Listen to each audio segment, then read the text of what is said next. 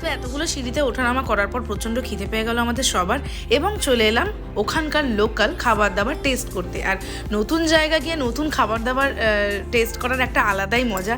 এখানে আমরা অনেক কিছু খেয়েছিলাম, ফুচকা খেয়েছিলাম, চাউমিন, রোল, ঘুগনি, এবং ওখানকার খাবারের মধ্যে একটা স্পেশালিটি হচ্ছে সব কিছুতেই একটু করে স্পেশাল চাটনি দিয়ে দেয় ওরা।